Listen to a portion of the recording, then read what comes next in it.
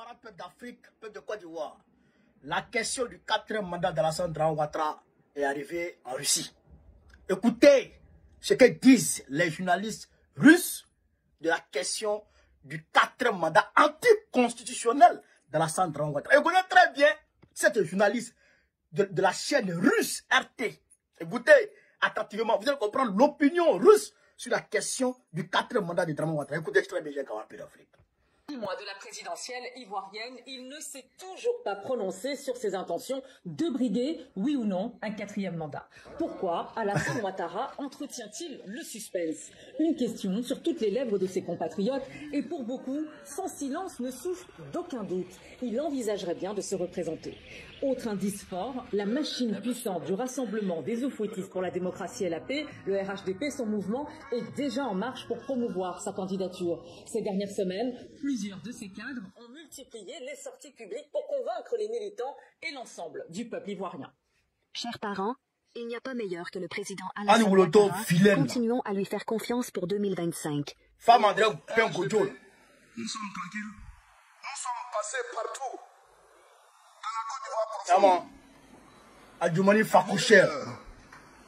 Les militants du RHDP pour dire que notre candidat, ce n'est même pas un candidat naturel, parce que j'ai vu un journal titré aujourd'hui, le candidat naturel peut ne pas être candidat. Mais nous, on n'a pas de candidat naturel. Nous, on a un candidat qui est effectif. C'est le président Alassane Ouattara. Ainsi, son camp présente Alassane Ouattara comme le candidat naturel. Au pouvoir depuis 2011 et âgé de 82 ans, une nouvelle victoire lors de l'élection présidentielle le mènerait à la tête du pays jusqu'en 2030. De quoi faire bondir l'opposition. Une opposition qui s'est renouvelée et présente des candidats plus jeunes, mis à part les caciques de la politique ivoirienne, de la même génération qu'Alassane Ouattara, à savoir Laurent Gbagbo, candidat mais inéligible, ou encore son ex-épouse Simone Gbagbo. Pour le reste, le Parti démocratique de Côte d'Ivoire, Rassemblement démocratique africain, le PDCI-RDA, peut compter sur les candidatures de son chef Tidiane Thiam ou encore de l'ancien ministre Jean-Louis Billon. Il s'agit de candidats sérieux, mais problème, ils sont divisés. Le parti de l'ancien président et défunt Henri Colomb-Bédier ne présente donc pas de candidat unique pour l'heure. En ce qui concerne les autres candidats pour 2025, tous joueront un rôle de figurants très influents, mais leur chance de remporter la présidentielle reste mince, pour certains nulle. C'est le cas de l'ancien Premier ministre Guillaume Soro, devenu l'ennemi juré d'Alassane Ouattara, en exil et sous le coup d'une condamnation à la prison à vie pour atteinte à la sûreté de l'État. Les autres, Pascal Affinguessan ou encore Charles Blé Goudet, profitent également de ce tournant pour dénoncer le pouvoir actuel. Aussi pléthorique soit-elle, dans son ensemble, l'opposition dénonce avec force le nouveau coup politique qui semble se préparer. Le président de la République a entendu la voix du peuple, dixit le porte-parole du gouvernement. Écoutez. Le peuple a entendu la voix du président de la République. Pas question d'un 4e mandat. Au revoir et merci. La liste électorale actuelle est largement suspectée de manipulation, visant à favoriser le camp présidentiel. De nombreux cas de fraude ont été documentés par l'opposition, qui estime qu'environ 30% du fichier électoral est corrompu. Cette situation met gravement en doute l'intégrité de cette liste et menace la transparence de la prochaine élection présidentielle, dans la mesure où tout laisse à penser qu'elle a été conçue pour fausser le processus électoral au profit du pouvoir en place. L'année 2025 pourrait bien être une fois de plus l'année de tous les dangers en Côte d'Ivoire. La présidentielle est déjà dans toutes les têtes, le spectre de nouvelles violences comme en 2020 aussi. Il est vrai que l'éventuelle candidature d'Alassane Ouattara suscite une vive opposition car la Constitution limite le nombre de mandats à 2. Ce 4e mandat sera difficile à légitimer pour Ado, alias Alassane Ouattara, un fidèle allié de la France très attaché à son précaré ivoirien.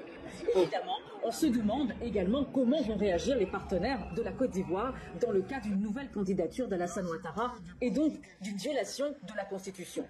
La France, les États-Unis et l'Union européenne ferment les yeux. Probablement, la Côte d'Ivoire est devenue un refuge indispensable, notamment en vue de leur redéploiement militaire en Afrique.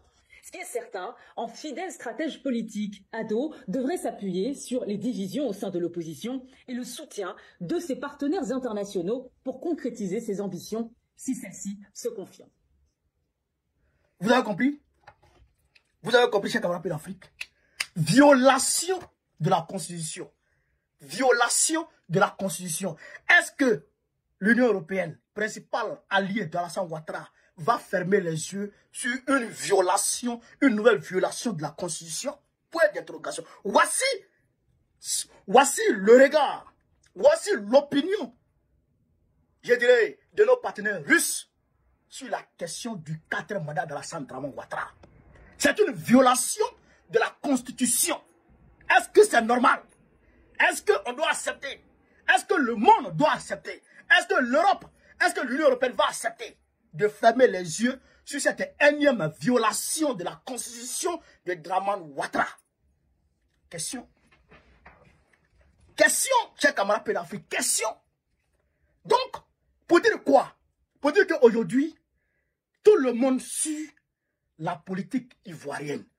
Tout le monde a le regard rivé sur la politique ivoirienne. Parce que 2025 est une année charnière dans l'histoire de notre nation. C'est une année charnière. Ce n'est pas du jeu.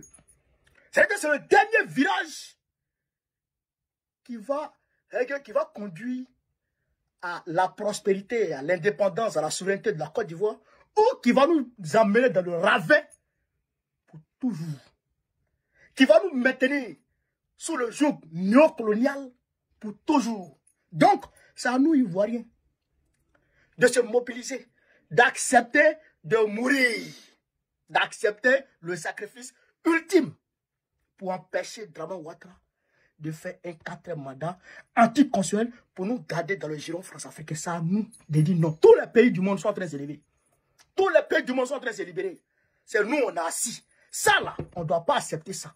On doit se lever pour dire non à un 4e mandat anticonstitutionnel de Dramane Ouattara. On doit se lever. Et Dramane, 2025, là, tu vas pas croire à ce qui s'est passé.